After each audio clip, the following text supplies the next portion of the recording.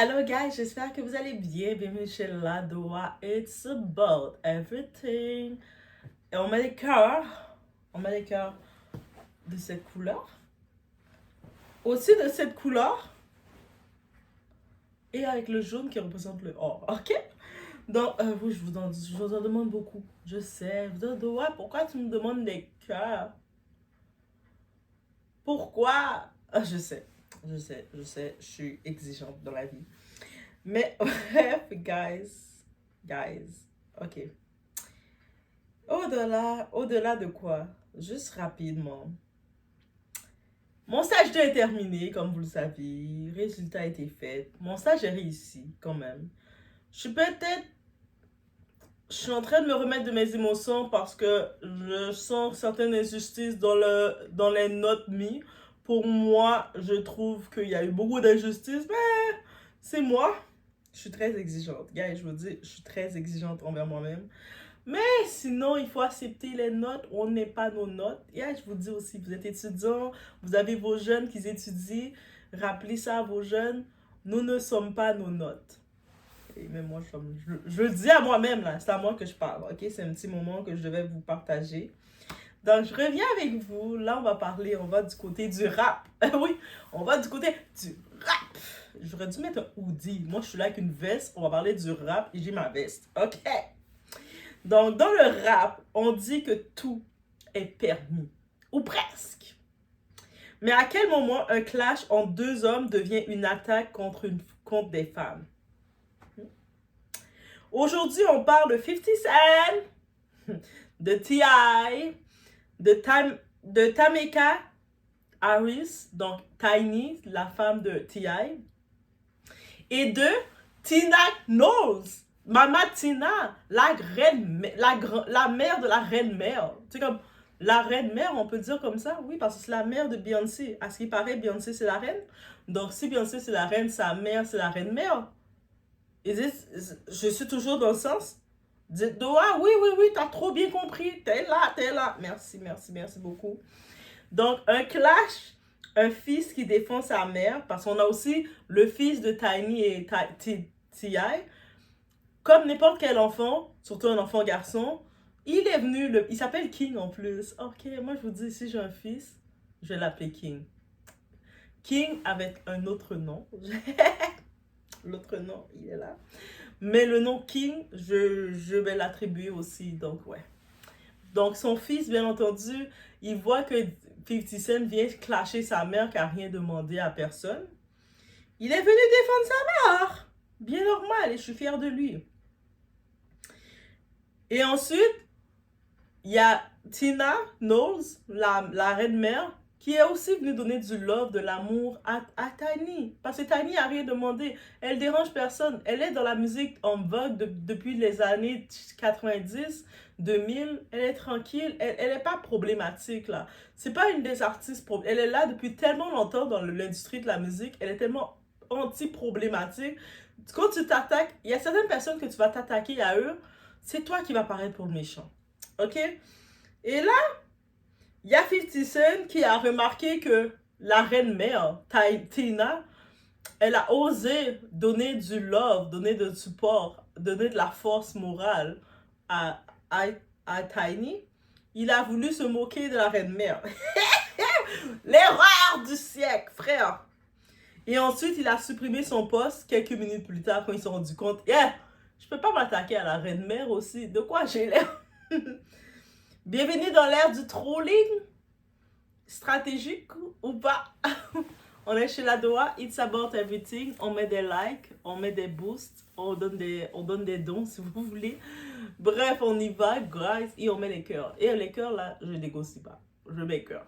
Bref, on y va, guys.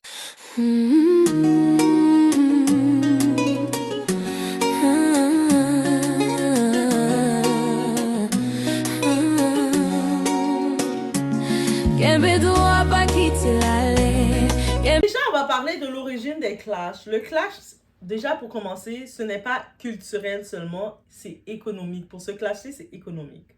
Aujourd'hui, un post polémique d'un artiste comme 50 Cent égale millions d'impressions en quelques heures. Okay? Chaque interaction que ce soit des likes, des commentaires, des partages, alimente l'algorithme. La visibilité génère du trafic vers marques associées. Exemple, son alcool, production TV. Et quand on remarque, allez regarder la page de 50 Cent. Vous le suivez, 50 Cent. Je sais, moi je le suis aussi, j'admets. Vous avez droit et problématique. Donc, je suis 50 Cent. Et quand il fait toutes ses publications, il met les hashtags de ses compagnies, de ses partenariats. Il les met. C'est pas pour rien qu'il fait ça. OK? Aussi, plateforme de streaming, médias qui reprennent l'histoire. Un clash peut générer plus d'engagement qu'une sortie musicale. C'est devenu un outil marketing indirect. Même supprimé, un post continue d'exister via les captures d'écran. Le temps que tu as mis ta publication, qui allait être problématique, qui allait être un clash, les gens, comme Doha, les blogueurs, un petit peu de tout, on a le temps de faire des captures d'écran. Moi, peut-être j'ai pas le temps aussi rapidement. Pour les captures d'écran, je remercie les gens qui ont le temps de le faire. Donc, je vous remercie. Je vous remercie parce que j'ai jamais le temps de le faire. Donc, moi, c'est grâce à vos captures d'écran, des fois, je suis au courant des actualités. Je veux le dire honnêtement, merci. On parle d'économie de l'indignation. Sociologiquement parlant, ce qu'on observe, déplacement du conflit. Le clash initial est masculin. C'est rap versus rap. Il dérive vers des figures féminines périphériques. À la base, là, l'histoire avec 50 Cent, ça n'avait pas rapport avec Tina Knowles, ça n'avait pas rapport avec Tiny, la femme de T.I., l'autre rappeur. Ça avait rapport, moi je suivais les débats, c'était, vous savez, aux États-Unis, ils ont gardé, depuis la pandémie, il y a le concept versus, donc ils mettent deux artistes similairement qui ont le même type de répertoire et puis ils font un versus et à la fin on voit qui a gagné, qui a eu les meilleurs sons. Et là, le monde disait, oh, 50 Cent versus T.I., tu sais, ils sont solides, ils ont le même répertoire. Et je sais pas qu'est-ce qui s'est passé suite à ça. Est-ce que T.I. a dit quelque chose? J'ai pas vu que T.I. a rien dit. Mais 50 Cent, lui, il suit tout. 50 Cent, là, il est comme ça, il regarde tout ce qui se passe. Il a fait, ah, un mec contre quelqu'un? Ah, moi, je pensais que j'étais le seul rappeur. 50 Cent, il a le syndrome de Nicki Minaj. Je suis la reine du rap, je suis la seule rappeuse du monde. Mais lui, c'est, je suis le seul rappeur, il n'y a pas d'autre rappeur autre que moi. OK? Bref. Capital symbolique. S'attaquer à des figures médiatiques fortes crée un choc narratif, bien entendu. Performance virale. Le trolling devient une posture d'image publique. Réaction communautaire. Aux États-Unis, les personnalités répondent publiquement. Les débats deviennent spectacles. Maintenant, grâce aux réseaux sociaux, les personnalités ils sont en contact avec nous. Ils font des directs. Allez les suivre sur Instagram, guys. Les doigts-sains, je vous invite à faire ça. Sur Instagram, allez suivre. On va faire un petit devoir ensemble. Je vous invite à aller suivre la page de 5 personnalités américaines. Oui, je sais, je demande beaucoup. Je n'ai pas demandé 3, je n'ai pas demandé 2, je n'ai pas demandé 1. J'en demande 5. Et vous allez me dire dans les commentaires, c'est qui les 5 que vous avez décidé de suivre. Et vous allez les voir comment ces 5 personnalités que vous allez décider de suivre, américaines, comment ils réagissent. Ils font des lives. Ils font des statuts visés. Ils font tout. Le côté américain, c'est entertaining parce qu'ils comprennent le sens du entertainment, make money. So, ils sont dedans, là. Ils clashent dedans, ils sont dedans. Donc, voilà.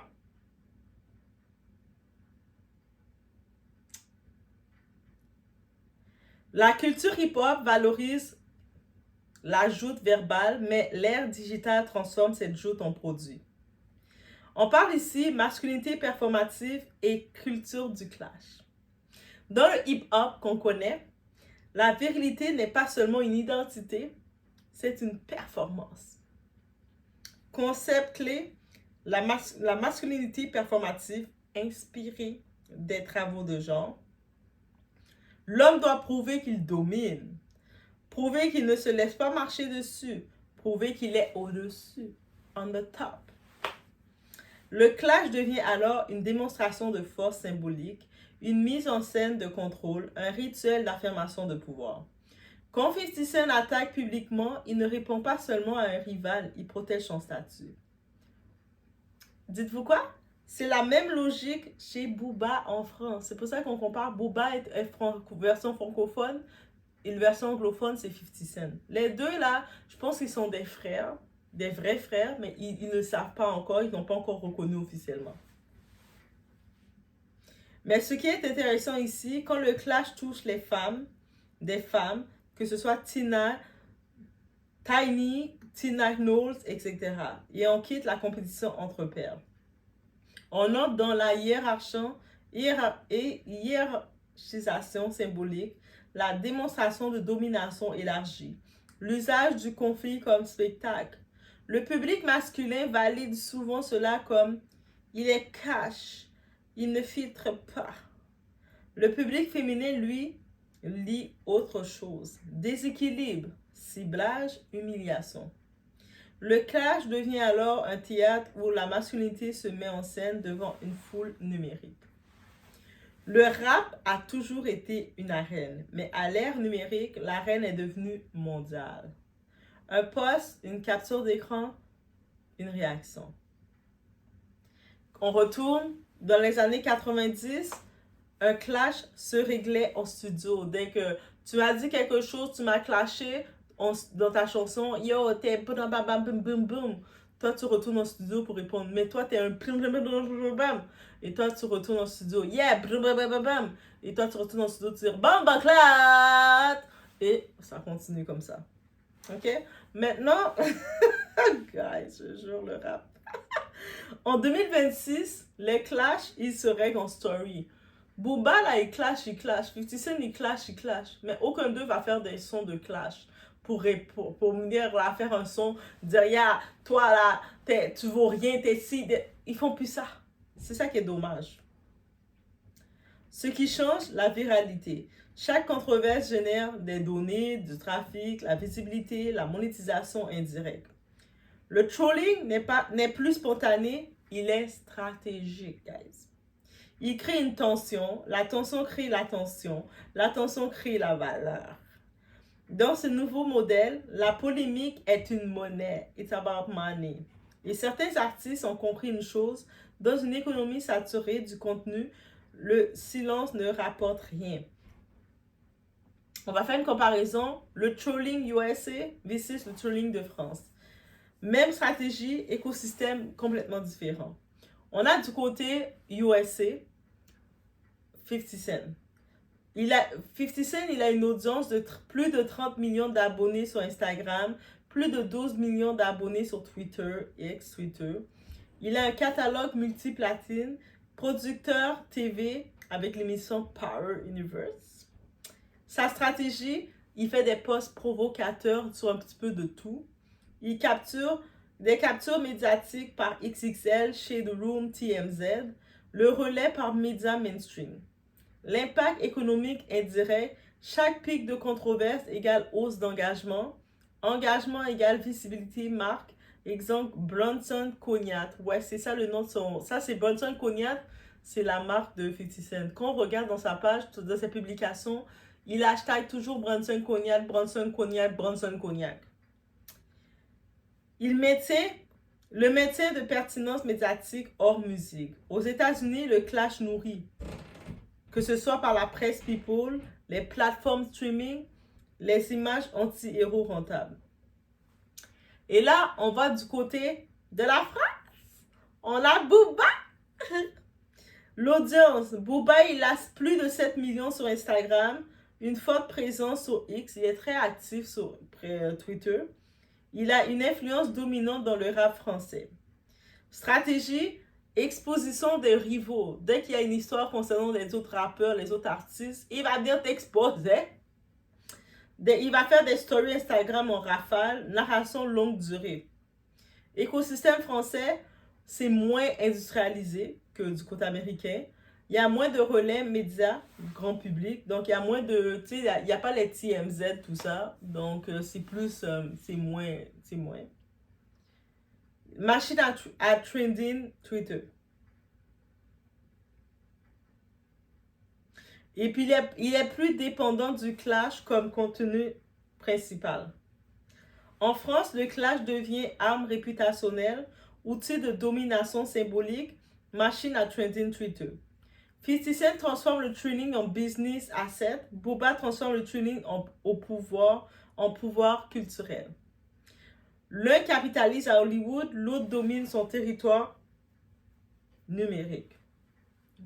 Est-ce qu'on voit la différence? L'impact réel sur le streaming après polémique.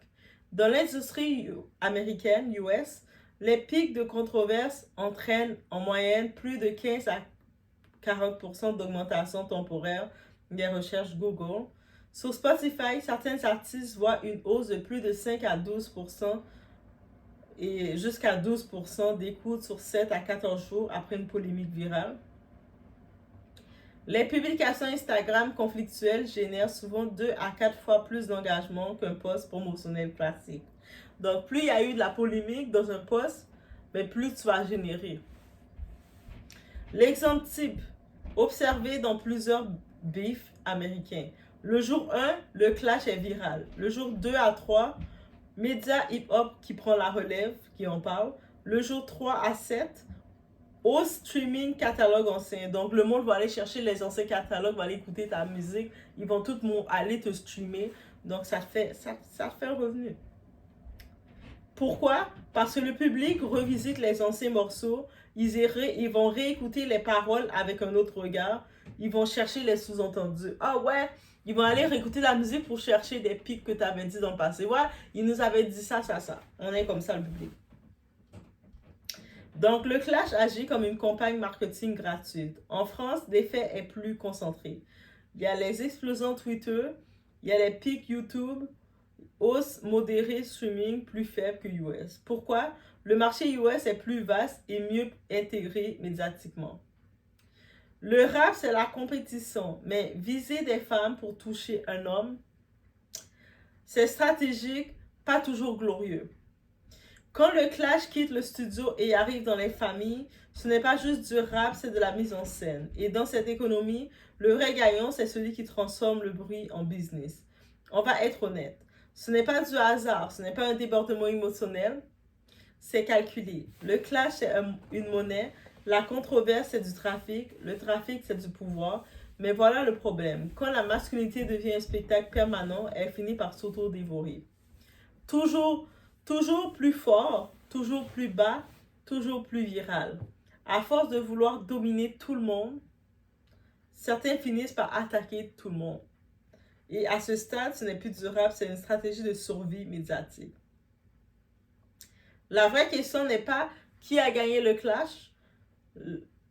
La vraie question, c'est qui a monétisé le bruit. Et qui a perdu en crédibilité pendant que l'autre comptait les vues. Le vrai pouvoir n'est pas d'attaquer, le vrai pouvoir c'est de savoir qu'on se taire. Quand un homme de 50 ans doit provoquer une mère pour faire vibrer l'algorithme, ce n'est peut-être pas du génie marketing, c'est peut-être une preuve que le silence ne lui rapporte plus assez. Le buzz est un feu d'artifice, la réputation est une fondation. Et les fondations ne se construisent pas avec des tweets supprimés. I to like that, mais c'est ça qui arrive. Tina Knowles s'est retrouvée dans tout ça malgré elle parce qu'elle a juste donné un petit peu de love à une autre femme qui attaquait pour rien, qu'elle avait rien à faire dans ce tweet. Donc, moi personnellement, 50 Cent a été déplacé, on va se le dire. Mais c'est pas la première fois qu'il l'est. Laissez-moi savoir ce que vous en pensez et on se retrouve au prochain vidéo.